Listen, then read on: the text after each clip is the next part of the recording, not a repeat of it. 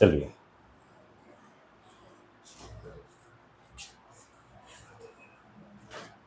सवाल है प्रकाशीय गेज किस सिद्धांत पे कार्य करता है? हाँ, प्रकाशीय गेज परावर्तन के सिद्धांत पे कार्य करता है। किसके सिद्धांत पे? परावर्तन। परावर्तन क्या है? देखिए, जब कोई प्रकाश किसी चिकनी सतह से टकराती है तो टकराने के बाद उसी दिशा में पुनः क्या हो जाती है? लौट जाती है। इस घटना को हम लोग क्या कहते हैं? परावर्तन। क्या कहते हैं? परावर्तन। चलिए, क्लियर है। अगला सवाल है हरे पौधों के लिए आवश्यक पोषक तत्व। हरे पौधों के लिए आवश्यक पोषक तत्व कितने हैं? आवश्यक पोषक तत्व 16 होते हैं। आवश्यक पोषक तत्व पौधों के लिए जरूरी है कितने? 16। लेकिन सवाल अगर पूछ दे मनुष्य के लिए आवश्यक पोषक तत्व जो नीड है हमारा प्रतिदिन का आवश्यक पोषक तत्व, इसकी संख्या है 20। कितनी है? 20। और मनुष्य के शरीर में 20 प्रकार के अमीनो अम्ल पाए जाते हैं। चलिए आगे देखें सवाल। डीएनए का डबल हेलिक्स मॉडल किसने दिया? डीएनए का double helix model, double helix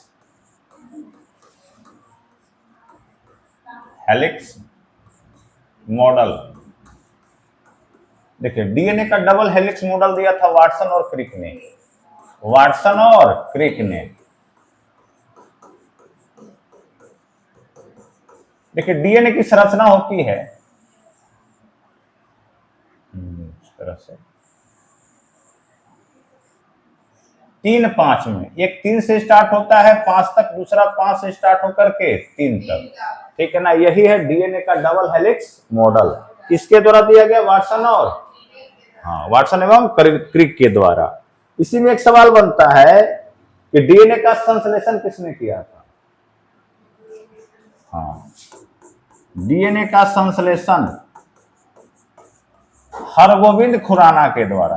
किनके द्वारा? हरगोविंद खुराना।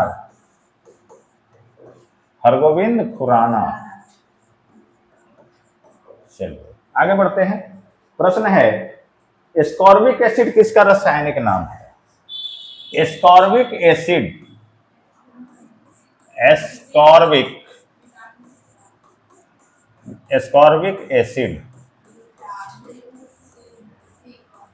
Vitamin C.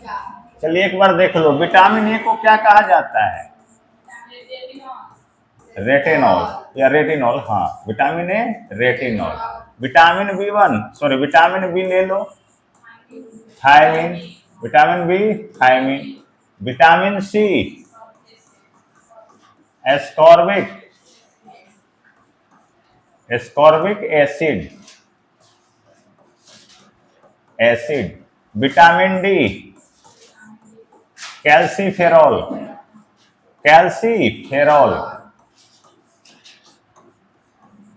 और विटामिन ई टेकेफेरॉल। और विटामिन के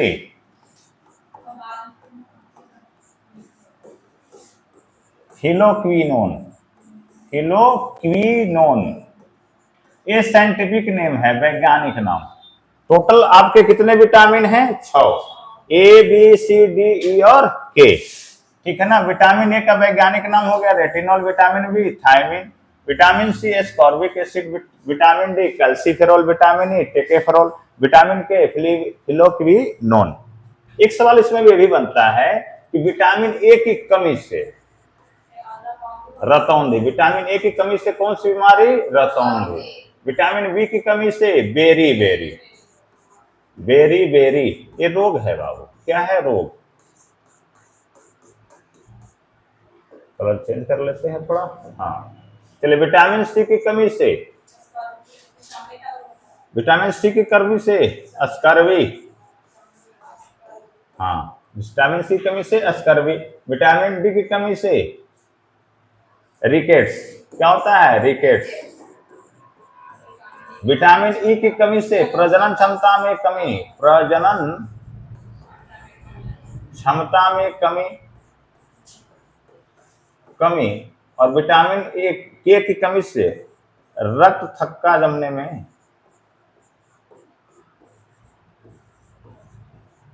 में कमी हो जाएगी। यानी विटामिन के रक्त थक्का बनाने में सहायक होता है। ठीक है ना, ये रहा विटामिन से। चलो लिख लो जल्दी से इसको।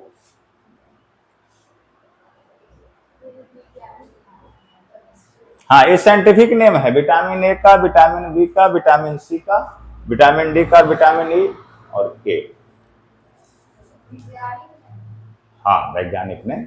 जैसे मार्केट में जाओगे ना तो विटामिन ई, विटामिन डी हम लोग बोल देते हैं नॉर्मली, लेकिन अदर कंट्री में जाइएगा तो कैल्सीफेरॉल, टेकेफेरॉल के नाम से मिलता है मार्केट में।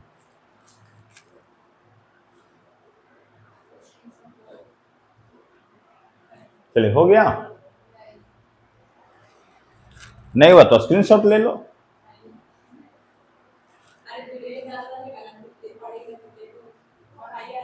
चलिए आगे देखते हैं बाबू। उसके बाद है सवाल, प्रकाश के दो अलग स्वरूप क्या हैं? प्रकाश के दो स्वरूप, प्रकाश के स्वरूप, प्रकाश के स्वरूप हैं दो। एक पहला है परावर्तन, परावर्तन है, दूसरा क्या है? अपवर्तन। ठीक है ना, परावर्तन और अपवर्तन।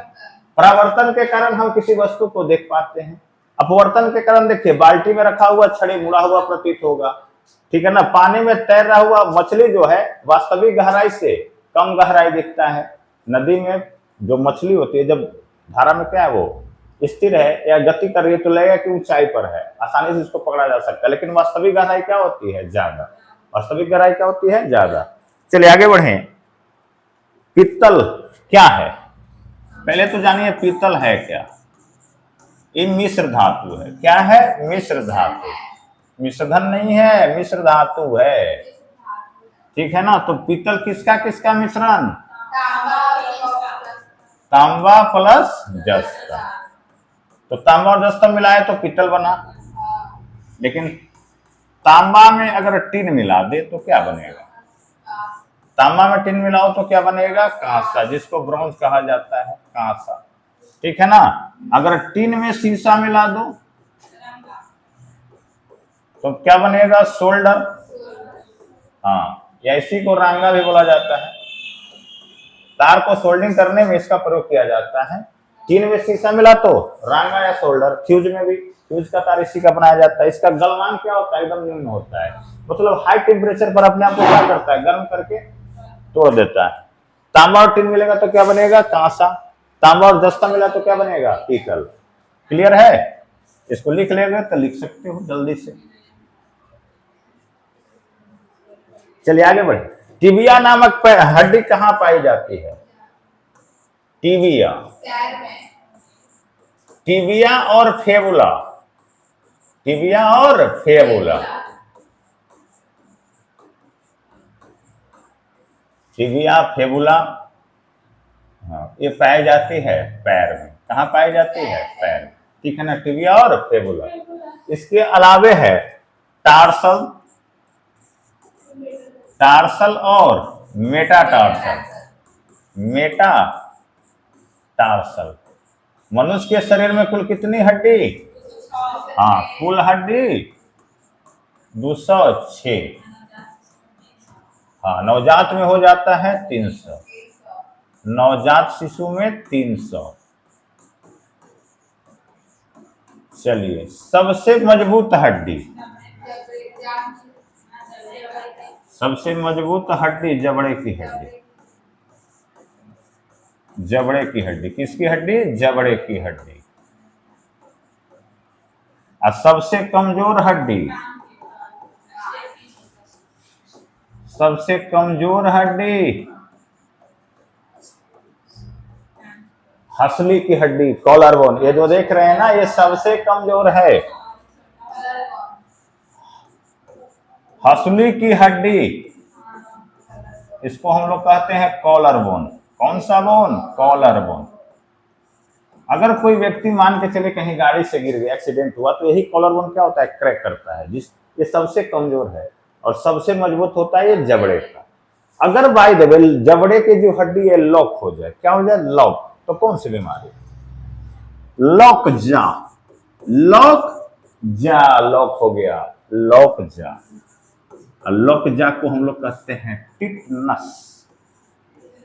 टिटनस, टिटनस का अन्य नाम है लॉक जा, यानी जबड़े की हड्डी को ही लॉक कर देता है। 4 उंगली डालिएगा नहीं घुसेगा, अगर नहीं घुस रहा है यानी क्या हो गया है, लॉक है, खुल नहीं रहा है, मतलब क्या है, टिटनस हो गया। होता है ना कहीं लोहा वहा से कट जाएगा, तो कटने के दौरान टिटनस रोग होने की संभावना बढ़ जाती है, तो टेडवेक का इंजेक्शन लिया जाता है। किसका, टेडवेक का। ऐसे भी व्यक्ति को स्वस्थ रहने के लिए 6 माह में एक बार टेडवेक ले ही लेना चाहिए, ठीक है ना। प्रतिजैविक है, एंटीबायोटिक है। प्रतिजैविक यानी एंटीबायोटिक। एंटीबायोटिक का काम क्या है हमारे शरीर में, ये क्या करता है कि बैक्टीरिया को मारने का भी काम करता है। बैक्टीरिया को क्या कर देगा, मारेगा। जैसे मान के चले लोहा में जंग लगा हुआ, तो उसके बैक्टीरिया हमारे ब्लड में मिल गए हैं, तो उस बैक्टीरिया को मारेगा। या ये भी करेगा कि बैक्टीरिया की संख्या में वृद्धि को क्या कर देगा, कम कर देगा। ये पहला काम किसका, प्रतिजैविक यानी एंटीबायोटिक का। हम लोग बीमार पड़ते हैं तो कोई भी दवा लेते हैं तो इनमें एंटीबायोटिक एक दो दे दिया जाता है। उसका काम क्या होता है, पहले तो वो बैक्टीरिया को मारेगा, दूसरा वो क्या करता है कि जो हम दवा खा रहे हैं उसकी पावर को और इंक्रीज कर देता है, बढ़ा देता है। समझ गए ना। और सबसे इस धरती का, पृथ्वी का सबसे अच्छा एंटीबायोटिक किसे कहा गया है, सबसे अच्छा एंटीबायोटिक, प्रतिजैविक बायोटिक हल्दी होती है। किस, क्या है बाबू, हल्दी। कहा जाता है ना अगर अधिक थकान लगे, क्या लगे अधिक थकान, तो दूध में हल्दी डाल के पी लीजिए, थकान दूर, ठीक है ना। तो सबसे बढ़िया एंटीबायोटिक हल्दी। कोई दिक्कत, चलिए आगे बढ़ते हैं। चलिए आगे प्रश्न है, क्वार्टजाइट का रासायनिक नाम, क्वार्टजाइट, क्वार्टजाइट का रासायनिक नाम, इसका रासायनिक नाम है sodium silicate. Sodium silicate, sodium silicate. चलिए आगे बताएं जल्दी जल्दी।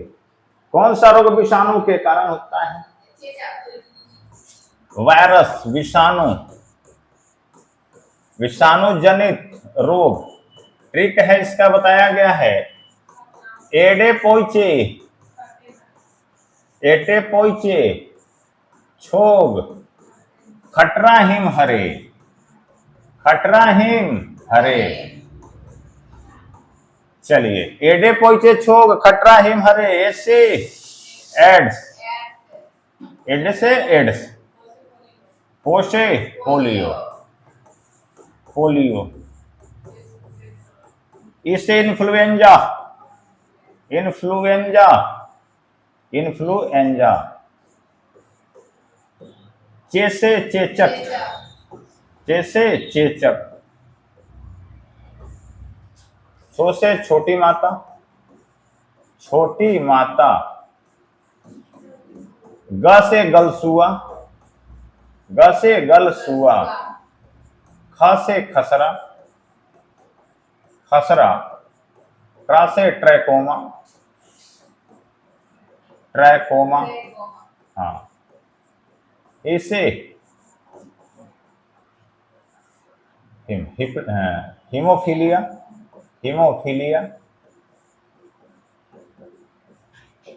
म से मेनेंजाइटिस, मेनेंजाइटिस, मलेरिया प्रतिजैविक के कारण होता है, उसका क्या बोलते हैं उसको, मलेरिया होने का कारण है प्रोटोजोआ है।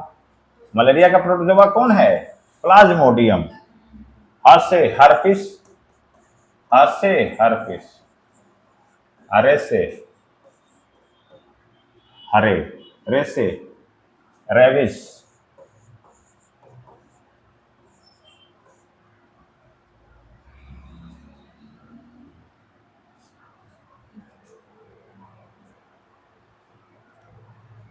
चलिए एडेपोइचे, छोक, खटराहिम हरे, ये ट्रिक हो गया किसका, वायरस का यानी विषाणु का।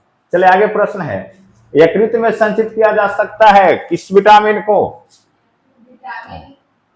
यकृत में संचित विटामिन, यकृत इसको हम लोग लीवर कहते हैं। क्या कहते हैं बाबू? लीवर। या कहते हैं जिगर। इसमें कौन सा विटामिन संकलित होता है? तो विटामिन ए। हाँ, लीवर में कौन सा विटामिन? Vitamin A. चलिए आगे बताएं, कौन सा यूरिया जैसे अवशिष्ट पदार्थ को शरीर से बाहर निकालता है? उत्सर्जन की क्रिया, शरीर से बाहर निकालना, अवशिष्ट पदार्थ को शरीर से बाहर निकालना क्या कहलाता है? उत्सर्जन। और उत्सर्जन की क्रिया किसके द्वारा? किडनी के द्वारा। किडनी के द्वारा, किडनी के द्वारा। जो हमारे मूत्र में विषैले पदार्थ है वो मूत्र के माध्यम से किडनी क्या करता है? इसको छान लेता है, छानने के बाद इसको बाहर करेगा।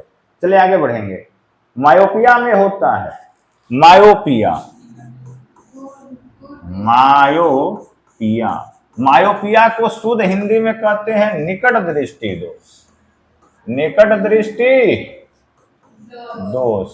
तो निकट दृष्टि दोष में क्या होता है कि निकट की वस्तु तो दिख जाती है लेकिन दूर की वस्तु नहीं दिखती। यह है निकट दृष्टि दोष। अब सवाल होगा, निकट दृष्टि दोष को दूर करने के लिए कौन सा लेंस? अवतल लेंस।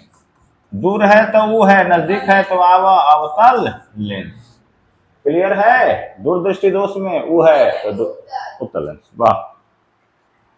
चलिए आगे बताइए, इंद्रधनुष कब बनता है? जब बारिश और धूप एक साथ हो, धूप के साथ बारिश होता है तो उस समय क्या होता है? इंद्रधनुष बनता है।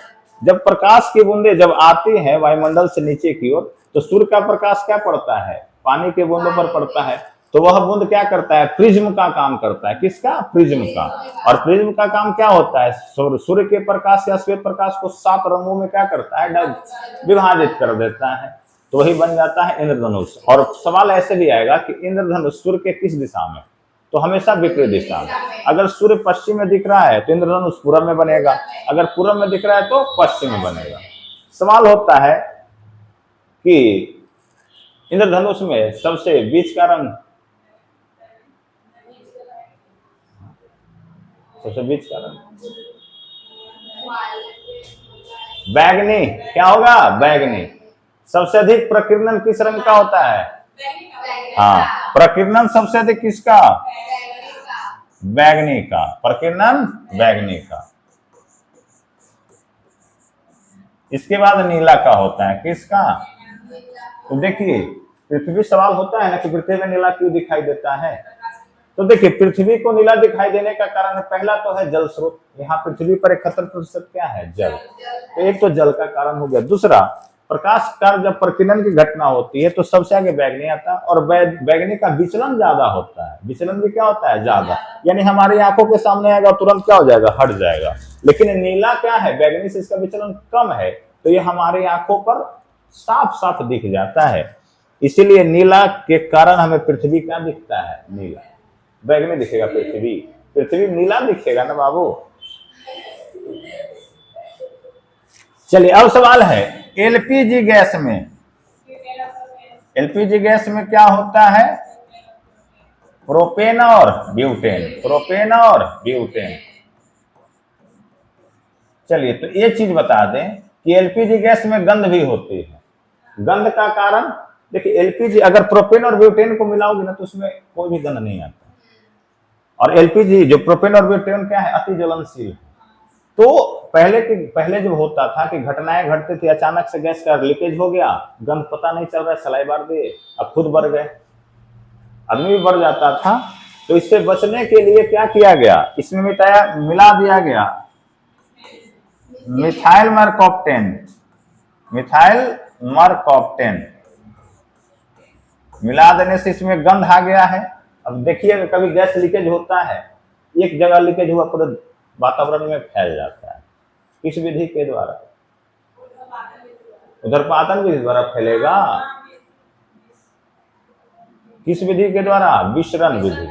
किस विधि के द्वारा? विसरण विधि के द्वारा। चलिए आगे बढ़े। आगे सवाल है, टाइफाइड किस सन की बीमारी है? टाइफाइड, टाइफाइड जो है वह आंत की बीमारी है, इसको कहा जाता है आंत का बुखार। किसका बुखार? बुखार। चलिए, मलेरिया को क्या कहा जाता है? मलेरिया को हड्डी तोड़ बुखार। चलो बताओ बालक, मलेरिया को हड्डी तोड़ बुखार। चलिए, उसके बाद है, सॉरी हड्डी तोड़ नहीं, शीत ज्वर कहा जाता है, मिस्टेक। मलेरिया को शीत ज्वर यानी ठंड लग के बुखार आएगा। डेंगू को कहा जाता है हड्डी तोड़ बुखार। डेंगू को हड्डी तोड़ बुखार यानी जब डेंगू होगा तो जहां पे ज्वाइंट है, जैसे हमारा उंगली जहां से मूव करता है, इस सब ज्वाइंट में क्या होगा? पेन होगा, दर्द होगा, इसलिए इसको कहा गया है हड्डी तोड़ बुखार। चलिए आगे बढ़े। बेकिंग सोडा का रासायनिक सूत्र। बेकिंग सोडा यानी खाने वाला सोडा है, NaHCO3, NaHCO3। चलिए आगे बताइए। भारी जल का सूत्र। भारी जल D2O, ड्यूटेरियम ऑक्साइड होता है, ड्यूटेरियम ऑक्साइड। ड्यूटेरियम किसका आइसोटोप है? यानी किसका समस्थानिक है? हाइड्रोजन के। हाइड्रोजन के कितने समस्थानिक? 3। हाइड्रोजन के समस्थानिक कितने हैं? 3। पहला है फ्रोंटियम, दूसरा है ड्यूटेरियम, और तीसरा है ट्राइटियम।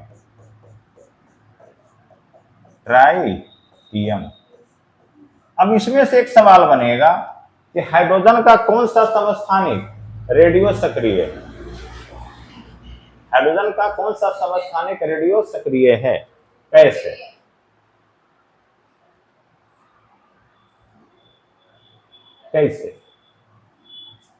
चलिए,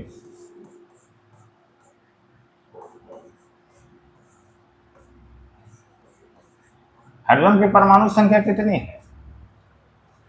हाइड्रोजन की परमाणु संख्या 1। चलिए, फ्रोंटियम। अब देखो एक चीज हो गया, चलो इसको आगे बढ़ाते हैं, थोड़ा सा चर्चा करते हैं। अब पूछेगा इसमें परमाणु संख्या क्या है, तो परमाणु संख्या को हम लोग किससे निरूपित करते हैं? जेड से। और पता है जेड बराबर क्या होता है? P बराबर E, यानी जितना परमाणु संख्या उतना ही प्रोटॉन की संख्या उतना ही इलेक्ट्रॉन। तो अगर परमाणु संख्या जेड की संख्या कितनी है? 1, तो P भी क्या हो जाएगा? 1, और E भी कितना? ठीक है ना? क्लियर? चलिए, अब निकाला जाए इसमें, तो प्रोटॉन इलेक्ट्रॉन पता चल गया, न्यूट्रॉन कैसे निकलेगा? न्यूट्रॉन, तो न्यूट्रॉन बराबर, देखो न्यूट्रॉन का फार्मूला है, हम जानते हैं A बराबर होता है P + N, और A क्या होता है? परमाणु भार। इसको लिखते हैं A से परमाणु भार। क्या लिखते हैं? परमाणु भार। तो चलो A का मान कितना है? 1। कितना? 1 बराबर P कितना है? 1 + N हो जाएगा। अभी इधर आ जाए, 1 - 1 बराबर N, यानी 0 बराबर N। अभी सवाल बनेगा N का वैल्यू कितना आ गया? 0, यानी न्यूट्रॉन इसमें कितना है? 0। सवाल ही बनेगा कि हाइड्रोजन के किस समस्थानिक में न्यूट्रॉन की संख्या 0 होती है? फ्रोंटियम में। किसमें? फ्रोंटियम। फ्रोंटियम का फार्मूला था H11, ठीक है ना? परमाणु संख्या 1, परमाणु भार 1। अगर हम लेते हैं H1 और परमाणु भार कर देते हैं 2, ठीक है? तो चलो इसमें Z बराबर P बराबर E कितना हो जाएगा? बोलो धीरे धीरे। हाँ, Z बराबर P बराबर E कितना? 1। अब चलो बाबू एकरा में निकालो, N का वैल्यू निकालना है, तो A बराबर क्या हो जाएगा? P + N। तो 2 बराबर कितना? 1 + N, यानी 2 में से 1 गया, 1 बराबर N। चलो तो n का वैल्यू कितना, 1। अब रेडियो सक्रिय समझने के लिए रेडियो सक्रिय रेडियो सक्रियता की जांच करनी है आपको, तो क्या कीजिए, n/p कीजिए, n/p। अगर इसका वैल्यू 1.5 से ऊपर आ जाए, 1.5 से ऊपर, तो वह रेडियो सक्रिय होगा। क्या होगा, रेडियो सक्रिय। इसमें देखो तो इसका वैल्यू तो क्या आ जाएगा भाई, अगर इसमें देखें तो n/p करो तो 0 बटा क्या हो जाएगा, 1। तो 0 में किसी भी संख्या से भाग देगा तो वैल्यू क्या हो जाएगा, 0। तो रेडियो सक्रिय है नहीं। चलिए, ये रेडियो सक्रिय होगा, देखो ड्यूटेरियम रेडियो सक्रिय है, देखो तो n क्या होगा, p। तो n का वैल्यू 1, p का वैल्यू 1, दो कहां से, एक ही है ना, बराबर वैल्यू कितना, 1। हमें कितना होना चाहिए, 1.5। क्या होना चाहिए, 1.5। अब आते हैं, ये तो हो गया किसका, ये प्रोन्टियम हो गया, ये ड्यूटेरियम हो गया। अब आते हैं ट्राइटियम पर। तो चलो ट्राइटियम का देख लेते हैं। ठीक, Z बराबर P बराबर E। इसमें हर हाल में कितना रहेगा बाबू, 1। चलिए हम निकालते हैं अब A से, परमाणु भार से P + N लिखेंगे। चलिए, ये 3 है, बराबर कितना, P का वैल्यू 1 प्लस N। चलिए, तो 3 - 1 बराबर क्या हो गया, N, यानी N का वैल्यू कितना, 2। अब रेडियो सक्रियता की जांच करना है तो हम लोग क्या लिखेंगे, n/p। n का वैल्यू कितना, 2, और p का वैल्यू 1। वैल्यू कितना आ गया, 2। ये क्या है, 1.5 से ज्यादा है ना बाबू, ये क्या हो जाएगा, रेडियो सक्रिय। क्या हो जाएगा, रेडियो सक्रिय, रेडियो एक्टिव एलिमेंट हो जाएगा। तो सवाल होगा कि हाइड्रोजन का कौन सा समस्थानिक रेडियो सक्रिय है, तो ट्राइटियम। क्या हो जाएगा, ट्राइटियम। सबसे हल्का रेडियो सक्रिय कौन, ट्राइटियम। अब किसी भी तत्व को निकाल सकते हैं कि रेडियो सक्रिय है या नहीं। नॉर्मली देखा जाता है कि अगर किसी का परमाणु संख्या 82 से ऊपर हो, 82 से ऊपर, तो उसको मान लेते हैं रेडियो सक्रिय। क्या मान लेते हैं, रेडियो सक्रिय। 82 क्या है, तो देखिए 82 पीबी का यानी लेड का यानी सीसा का। और कोई भी रेडियो सक्रिय तत्व जब अल्फा बीटा गामा किरणों को सदित कर देता है तो अंत में सीसा बन जाता है। क्या प्राप्त बन जाता है, वो सीसा। तो सीसा के मान के जो इतने भी ऊपर है परमाणु संख्या वाले, 83, 84, 85, 235, ये सब 92 किसका होता है, यूरेनियम। तो ये सारे के सारे क्या है, रेडियो सक्रिय है। क्या है, रेडियो सक्रिय। चलिए आगे बढ़ते हैं, समझ गए हम इसको, रेडियो सक्रियता। मार्स गैस किसे कहा जाता है, मार्स गैस, मीथेन, बिल्कुल right. Marsh gas, methane. Methane का सूत्र, हाँ बिल्कुल, CH। बायोगैस में मुख्यतः क्या पाया जाता है, मीथेन। बायोगैस में मीथेन। अभी हम लोग चल रहा है गाड़ियां, हम लोग के यहाँ CNG, कंप्रेस नेचुरल गैस, इसमें भी मुख्य रूप से पहला तत्व क्या है, मीथेन। क्या है, मीथेन। मीथेन जो है ज्वलनशील गैस है। चलिए आगे बताइए, अमलगम में रहता है। अमलगम किस में रहता है भाई, या अमलगम में क्या पाया जाता है, पारा। हाँ, अमलगम में क्या पाया जाएगा, पारा। पूछे कौन अमलगम बनाता है, तो पारा। पारा का सूत्र बताइए, पारा का सूत्र क्या है, Hg। पारा का सूत्र, हाँ, चांदी का Ag। ना कहे थे कि घरे मम्मी कहती है जी, तो चांदी कह देते मम्मी पापा के। अब विदेश की महिलाएं क्या कहती, सोना। Au, where are you going, ठीक है ना, Au, where are you going, यानी सोना कहते हैं। यहाँ के हमनी के मम्मी क्या कहती, चांदी। Ag कहाँ जाती, Ag किसका संकेत है, चांदी। चांदी विद्युत का सबसे अच्छा, हाँ, इसीलिए बेचारे पिताजी सुचालक बने रहते हैं ना मम्मी के सामने। वाह। पानी से बर्फ बनना, कैसा परिवर्तन, पानी से बर्फ, पानी से बर्फ, ये हो जाएगा भौतिक। देखिए भौतिक का गुण क्या है, अवस्था को बाद में हम बदल के पहले अवस्था में ला सके, तो भौतिक परिवर्तन हो जाएगा। जल से बर्फ बनाइए या बर्फ से जल बनाइए, भौतिक परिवर्तन। लेकिन अगर हम दूध से दही बना दे तो दूध से दही बनेगा तो रासायनिक, क्योंकि दही को वापस दूध में नहीं ला सकते। चलिए, उसके बाद मोमबत्ती का पिघलना, मोमबत्ती का पिघलना भौतिक, क्योंकि पिघला हुआ मोमबत्ती को फिर से ढाल सकते हैं, पपीता के फोफी में डाल के धागा बना दिए मोमबत्ती। लेकिन अगर मोमबत्ती जल जाए तो कैसा परिवर्तन, रासायनिक। कैसा है, रासायनिक। मान के चलिए हमारा शरीर जल गया तो रासायनिक, भौतिक, सोच के बोलो। हाँ बिल्कुल, क्या है, रासायनिक। फिर हमको कोई थोड़ी लेके आएगा, जब हम 5 तत्व में विलीन हो जाएंगे तो फिर हम लोग एक बनेंगे, नहीं बन सकते। चलिए बताइए, अष्टभुजाकार प्रिज्म में कितने फलक, अष्टभुजाकार में 10, कितने फलक, 10। और एक प्रिज्म में कितने आयत होते हैं, हाँ, एक प्रिज्म में कितने आयत, 3 आयत और 2 त्रिभुज होता है। एक प्रिज्म में कितने आयत, 3 आयत और 2 त्रिभुज होते हैं।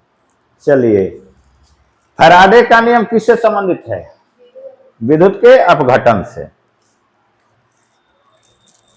चलिए, शरीर में इंसुलिन का स्राव कहां से होता है, इंसुलिन का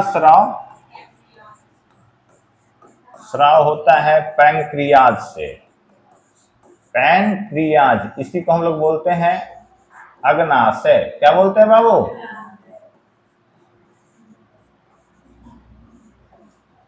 अग्नाशय। अगर इंसुलिन हमारे बॉडी में नहीं बनेगा तो क्या होगा, रक्त में शुगर की मात्रा बढ़ जाएगी, और इसी को हम लोग कहते हैं डायबिटीज मेल्टिस, डायबिटीज मेल्टिस, यानी डायबिटीज हो गया बस, शुगर के रोगी। चलिए अब बताएं आगे, सेन वंश का संस्थापक, सेन वंश का संस्थापक सामंत सेन। चलिए आगे बताएंगे, तो सेन वंश की राजधानी कहाँ थी, सेन वंश की राजधानी, सेन वंश की राजधानी लखनौती थी। कहाँ थी, लखनौती, लखनौती। आगे बताएं, अकबर का जन्म कब हुआ, हाँ, 15 अक्टूबर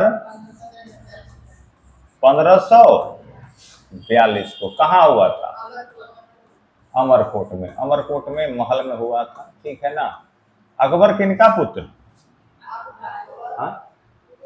हुमायूं का पुत्र, किनका पुत्र, हुमायूं। चलिए, किसकी मृत्यु पर विद्वानों ने कहा था कि उसकी जिंदगी लुढ़कते लुढ़कते बीती और लुढ़कते हुए मर गया, हुमायूं।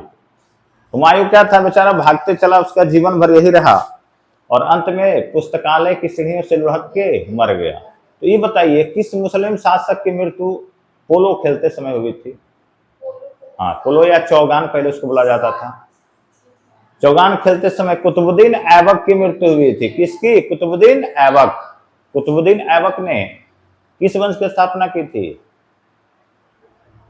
गुलाम वंश, गुलाम वंश। देखो, दिल्ली सल्तनत में चले, दिल्ली सल्तनत, दिल्ली सल्तनत में शासक, देखिए आज भी दिल्ली के लिए लड़ाई है, किसके लिए लड़ाई है, दिल्ली के लिए। तो गुल खिले, हाँ, गुल खिले तुम शायद लौटे, बिल्कुल यही ट्रिक है। गुल से हो गया गुलाम वंश, कौन सा वंश, हाँ, गुलाम वंश। खिले से खिलजी वंश, खिलजी वंश। तुम से तुगलक वंश, तुम, हाँ, तुगलक वंश। शायद से सैयद वंश, कौन सा वंश, सैयद वंश।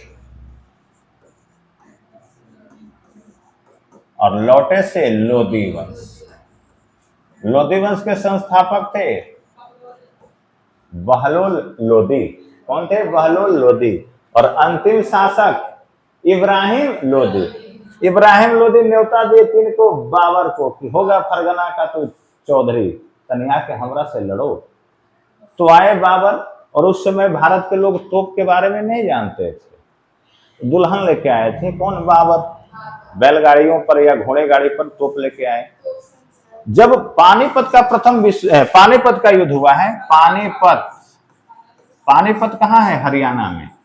पानीपत का प्रथम युद्ध लड़ा गया 1526 में, 1526 ईस्वी में। बाबर और इब्राहिम लोदी के बीच युद्ध होता है। मैदान में आते हैं, मैदान में दोनों आते हैं। मैदान में आने के बाद बाबर कहता है, अपने सैनिकों को आदेश देता है, दुल्हन का घूंघट हटाओ। तो लोग सोचे कि दुल्हन आई है भाई, देखा जाए। देखे तो इतने न तोप निकाले, इतने गोले चलाए कि लोग देखते रह गए कि आखिर है का। गोला फटता गया और इब्राहिम लोदी के सैनिक मारे गए, और अंत में इब्राहिम लोदी भी मारा गया। और इसके बाद दिल्ली सल्तनत पर गुलाम वंश के मुगल वंश की स्थापना हुई। मुगल वंश की स्थापना किसके द्वारा? मुगल वंश की स्थापना बाबर के द्वारा। किसके द्वारा? चलिए, तो देखिए, गुलाम वंश 1206 और भैया लोधी वंश 1526। यही दिल्ली सल्तनत था, 1206 से 1526। इसके बाद दिल्ली पर शासन किसका?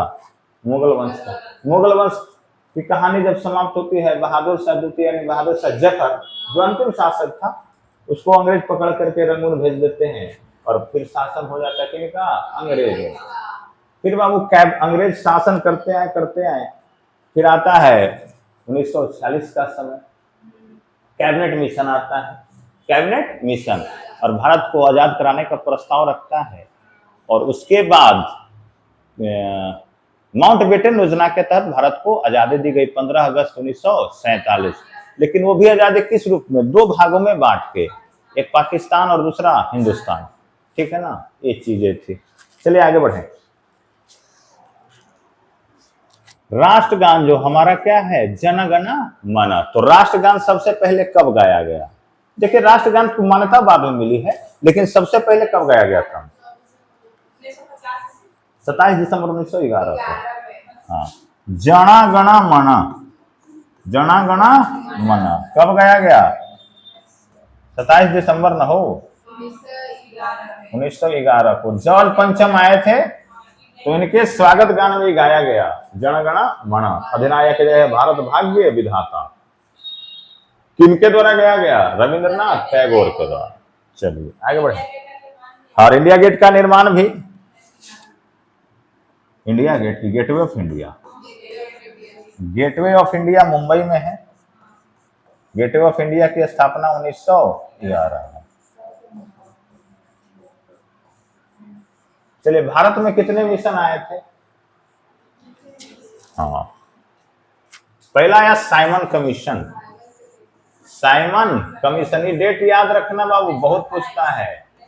साइमन कमीशन कब आया है? 1928। उसके बाद क्रिप्स मिशन, क्रिप्स मिशन आया है 1942, और कैबिनेट मिशन आया है 1946। Cabinet mission 1946। चलिए, इस चीज को याद रखेंगे। Simon commission 1928, Cripps mission 1942, cabinet mission 1946। चलिए आगे बताओ बाबू। अशोक चक्र पाने वाले पहले महिला? निर्जा बनोट। परमवीर चक्र पाने वाले पहले व्यक्ति? परमवीर चक्र किन्हें दिया गया? मेजर सोमनाथ शर्मा, मेजर सोमनाथ शर्मा को दिया गया था। चलिए, भारत का पहला म्यूचुअल फंड, भारत का पहला म्यूचुअल फंड है यूएस 64। म्यूचुअल फंड क्या होता है कि हम लोग क्या करते हैं, छोटा छोटा अमाउंट जो है इन्वेस्टमेंट करते हैं, ताकि वो कुछ समय, एक निश्चित समय में हम क्या हो, थोड़ा पैसे ज्यादा दे, रेट ऑफ इंटरेस्ट क्या दे, ज्यादा दे, तो म्यूचुअल फंड होता है। चलिए, भारतीय आत्मा किस साहित्यकार को कहा गया है? भारतीय आत्मा माखनलाल चतुर्वेदी। भारतीय आत्मा माखनलाल चतुर्वेदी।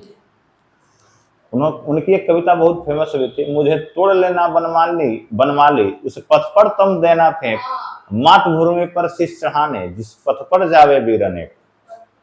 हाँ, मुझे तोड़ लेना वनमाली, यानी वन के माली को कहते हैं, फूल की अभिलाषा है, कि मुझे तुलना बनमाली उस पथ पर देना फेंक, यानी उस रास्ते पर फेंकना जहां मातृभूमि पर लोग शिस्त कटाने जा रहे हैं, उसी रास्ते पर हमें फेंकना। चलिए, बंगाल में द्वैध शासन किसके द्वारा लगाया गया था? बंगाल में द्वैध शासन रॉबर्ट क्लाइव के द्वारा लगाया गया था। किसके द्वारा? रॉबर्ट क्लाइव के। इसको अंत किसने किया? वारेन हेस्टिंग्स ने। बंगाल में द्वैध शासन लगाने वाला रॉबर्ट क्लाइव, इसको हटाने वाले वारेन हेस्टिंग्स। Warren Hastings. सवाल एक आता है कि 1773 का रेगुलेटिंग एक्ट किसके समय में लाया गया? हाँ, वारेन हेस्टिंग्स के काल में लाया गया था। और इसी रेगुलेटिंग एक्ट के तहत भारत में पहली बार क्या बनी थी? सर्वोच्च न्यायालय यानी सुप्रीम कोर्ट, कलकत्ता में। 1773 का रेगुलेटिंग एक्ट के तहत 1774 ईस्वी में। चलिए आगे बताएं, वर्तमान में मूल अधिकार कितने हैं? वर्तमान में मूल अधिकार 6, लेकिन जब मूल संविधान लिखा गया उस समय मूल अधिकार दिए गए थे 7। 42वां संविधान संशोधन 44वां संविधान संशोधन 1978 के द्वारा जो संपत्ति का अधिकार था, जो अनुच्छेद 31 में था ना, अनुच्छेद 31 में, इसको निकाल करके कहाँ रख दिया गया? अनुच्छेद 300 के क में। अब यह बन गया है कानूनी अधिकार, यानी अब पैसा आप रखना है तो आपका ये कानूनी अधिकार है। मौलिक अधिकार, फंडामेंटल राइट्स नहीं रहा। मौलिक अधिकार कहां से लाया गया? रूस से, सॉरी, मौलिक अधिकार अमेरिका से, मौलिक कर्तव्य रूस से आया है। मौलिक कर्तव्य रूस से। चलिए आगे सवाल बनेगा, चलिए, वर्ष 2000 ईस्वी में कितने राज्यों का गठन हुआ? 3 राज्य। हाँ, वर्ष 2000 ईस्वी में कितने राज्य का गठन? 3 राज्य बने थे। 1 नवंबर 2000 छत्तीसगढ़, 1 नवंबर 2000 को छत्तीसगढ़ का। 9 नवंबर 2000 ईस्वी को उत्तराखंड, और 15 नवंबर 2000 ईस्वी को झारखंड। क्या बना था? झारखंड। छत्तीसगढ़ किससे अलग होकर बना है? मध्य प्रदेश से। उत्तराखंड किससे अलग होकर बना है? उत्तर प्रदेश से। और झारखंड किससे अलग होकर बना? बिहार से। किससे अलग हुआ है? बिहार से। चलिए आगे बताएंगे, दामोदर नदी कहाँ गिरती? किस नदी में? हाँ, दामोदर नदी कहाँ गिरती है? हुगली में। चलिए, हुगली नदी गंगा की एक धारा है। जैसे जब हिमालय से चलती है तो 2 धाराएं चलती है, ठीक है ना? एक धारा का नाम क्या है? हाँ, बताए जल्दी से। एक धारा है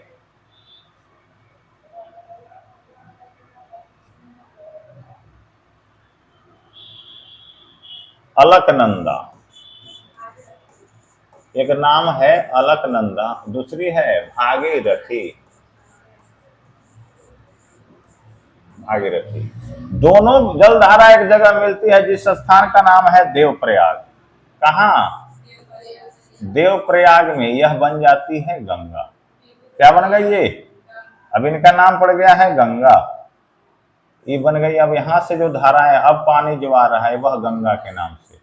किसके नाम से? गंगा के नाम से पानी बहेगा। अब सवाल बनता है कि जो गंगा नदी है मैदानी भाग में कहां उतरती है? ये पर्वतों से आ रही थी, मैदानी भाग में। मैदानी भाग में, हाँ, उत्तराखंड के हरिद्वार में।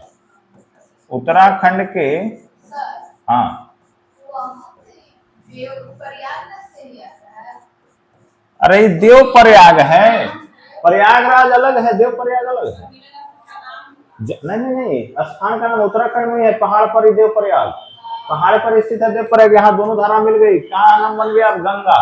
उसके बाद वह धारा नीचे आ रही है, उतर रही पहाड़ से, और पहाड़ से उतरकर मैदान में उतरती है हरिद्वार में। कहाँ? हरिद्वार में। उसके बाद यह मैदानी भाग से उत्तराखंड से उत्तर प्रदेश में, उत्तर प्रदेश से बिहार में, और बिहार से कहाँ पहुंचती है?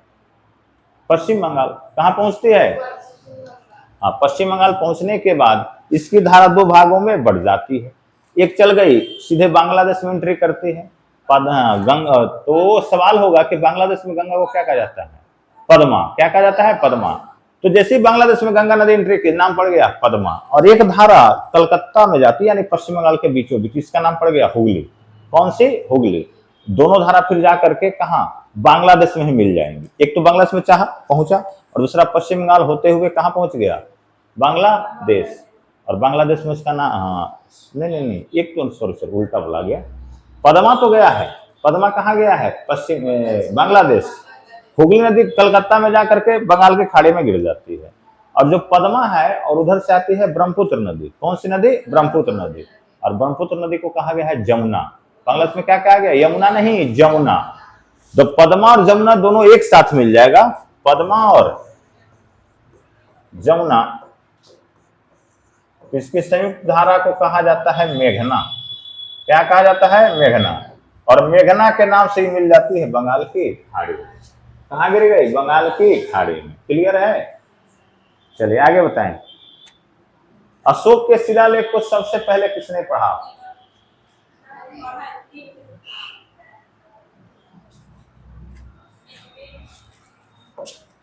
चलिए, अशोक के शिलालेख, शिलालेख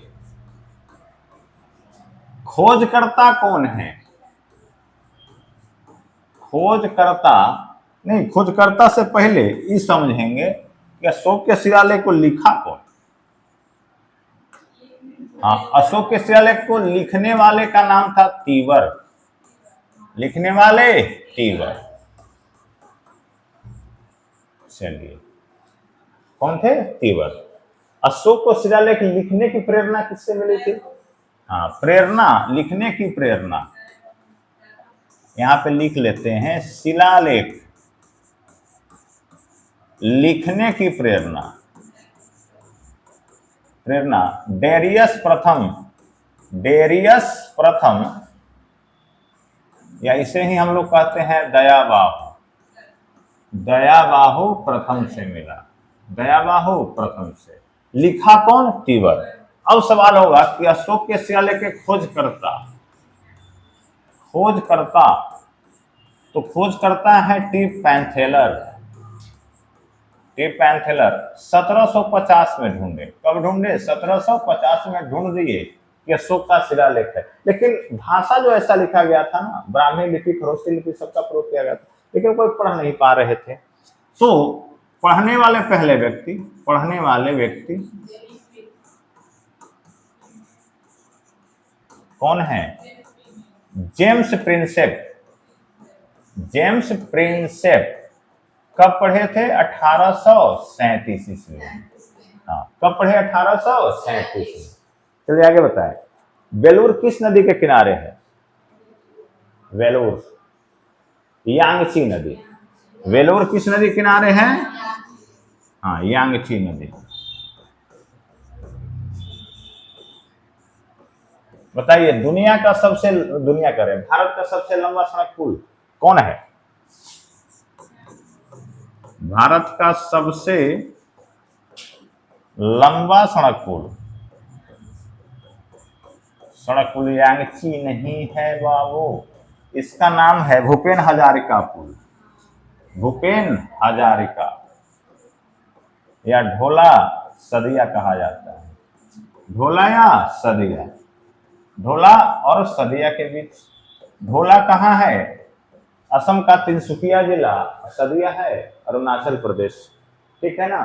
तो असम को अरुणाचल से जोड़ने वाले पुल कौन है? भूपेन हजारिका। इसकी लंबाई है 9.15 किलोमीटर। लंबाई कितनी हो गई? 9.15। अब सवाल होगा कि भूपेन हजारिका पुल जो है किस नदी पर है? तो नदी का नाम है लोहित नदी। कौन सी नदी? लोहित नदी। ये सब याद रखिए। लोहित नदी पर है भूपेन हजारिका पुल, जो भारत का सबसे लंबा सड़क पुल है। ठीक है ना? नदी पर बना हुआ पुल, असम और अरुणाचल प्रदेश के बीच। कुल लंबाई 9.15 किलोमीटर। इसके पहले था नदी पर बना हुआ भारत का सबसे लंबा पुल, महात्मा गांधी सेतु। अब यह पीछे चला गया है। टॉप पर कौन है? भूपेन हजारिका।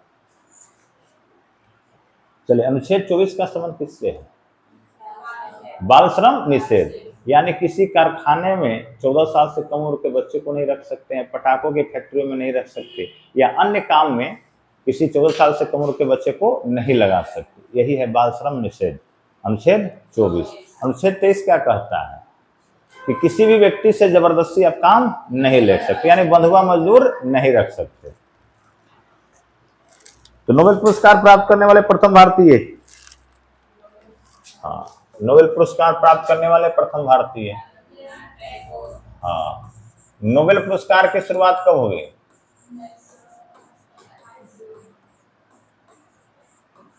शुरुआत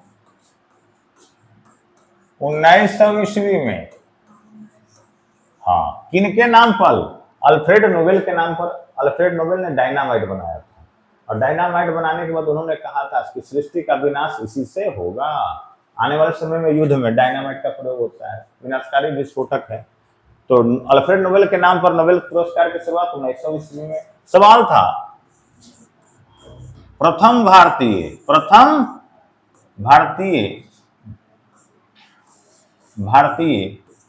जिन्हें नोबेल पुरस्कार मिला,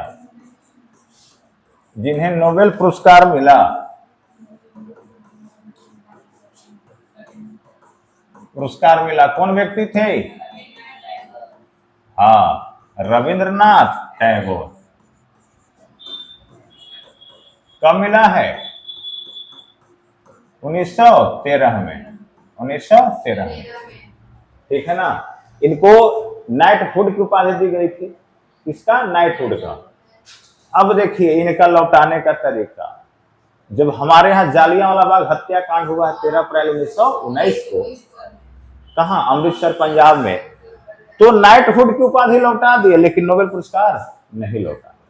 नोबेल पुरस्कार नहीं लौटाए, लेकिन क्या लौटा दिए? नाइटहुड की उपाधि लौटाए। अब क्यों नहीं लौटाए? तो इनको साहित्य के लेखन में मिला था। किसके लेखन में? साहित्य के लेखन में। और अंग्रेजों के द्वारा दिया गया था क्या? नाइटहुड। तो भैया अंग्रेज के द्वारा ही ना हमारे यहाँ कुपित यह काम किया गया था, जालियांवाला बाग हत्याकांड। इसका विरोध जताया उन्होंने और नाइटहुड की उपाधि लौटा दी। गांधी जी ने कौन सी उपाधि लौटाई? कैसर-ए-हिंद।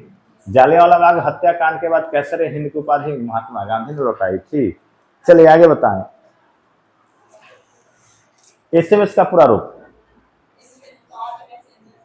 Short messaging services.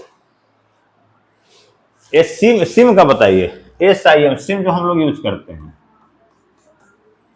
Subscriber identify module होता है। सब्सक्राइबर आइडेंटिफाई मॉड्यूल, यानी एक व्यक्ति के नाम से एक ही सिम इशू हो सकता है। मतलब ये जो सिम है ये किसी और अन्य व्यक्ति को इशू नहीं किया जा सकता। मान के चले अगर मेरा आधार कार्ड से यह अभी जनरेट हो गया है, तो यही जो नंबर है या ये जो सिम है अन्य किसी व्यक्ति को नहीं दिया जाएगा। यानी एक सब्सक्राइबर, एक सिम एक सब्सक्राइबर को बताता है। तो सिम का पूरा रूप क्या होगा? Subscriber identify module. चलिए आगे बताएंगे। नॉर्दर्न रोडेशिया का नया नाम? नॉर्दर्न रोडेशिया का नया नाम जाम्बिया। क्या है? जाम्बिया। बिग बैंग थ्योरी किसने दिया था? जॉर्ज लेमेंटियर ने। Big bang theory George Lemaitre. Big bang theory क्या था? कि भैया एक जब तारा टूटता है तो और तारों का क्या करता है? निर्माण करता है, और इससे क्या हो रहा है? ब्रह्मांड विस्तारित हो रहा है। यही है बिग बैंग थ्योरी, जॉर्ज लेमेंटियर के द्वारा दिया गया। भारतीय मौसम विज्ञान की स्थापना? भारतीय मौसम विज्ञान विभाग की स्थापना 1875। 1875।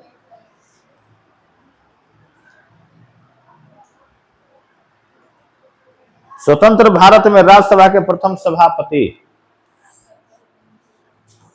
देखिए राज्यसभा के पदेन सभापति कौन होते हैं? उपराष्ट्रपति होते हैं। कौन होते हैं बाबू? उपराष्ट्रपति। तो पहले उपराष्ट्रपति कौन थे?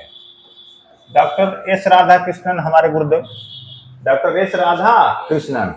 तो ये जाहिर सी बात है राज्यसभा के पहले सभापति यही होंगे, एस राधाकृष्णन। सवाल बनता है कि उपराष्ट्रपति का पद के लिए वेतन कितना दिया जाता है? हाँ, उपराष्ट्रपति को उनके पद के लिए वेतन नहीं दिया जाता। उनको दिया जाता है राज्यसभा के पदेन सभापति के रूप में। कितना पेमेंट है? 4 लाख प्रति माह। राष्ट्रपति का वेतन, राष्ट्रपति का 5 लाख उपराष्ट्रपति के लिए है। राष्ट्रपति का वेतन 5 लाख का महीना है। हाँ, विदाउट टैक्स, इसमें कोई टैक्स नहीं लगेगा। 5 लाख का महीना। इसको घटाया नहीं जा सकता है, बढ़ेगा जरूर लेकिन घटेगा नहीं। क्लियर है? हाँ, तो राष्ट्रपति बनने में फायदा है। तो राष्ट्रपति कोई एक ही व्यक्ति बन सकता है, और वह ऐसे व्यक्ति बनेंगे जो समाज में क्या हो, एकदम उनका कैरेक्टर साफ सुथरा हो, किसी के साथ जरा सा भी विवाद ना हो। क्योंकि भारत के संवैधानिक प्रधान है ना, कार्यपालिका के प्रधान होते हैं, भारत के संवैधानिक प्रधान होते हैं। कौन? राष्ट्रपति। आधुनिक राष्ट्रवाद का पैगंबर किन्हें कहा गया है? अरविंद घोष। किन्हें कहा गया है? अरविंद घोष। चलिए, तो अरविंद घोष के द्वारा लिखी गई पुस्तक, अरविंद घोष ने एक पुस्तक लिखी थी, life divine. Life divine, life divine, life divine Aurobindo Ghosh. लेकिन अगर सवाल हो जाए कि डिवाइन लाइफ, डिवाइन लाइफ पुस्तक के लेखक, डिवाइन लाइफ के लेखक कौन है? शिवानंद। कौन है बाबू? Shivanand. Life divine Aurobindo Ghosh, divine life Shivanand. चलिए, आज का सेशन करते हैं समाप्त।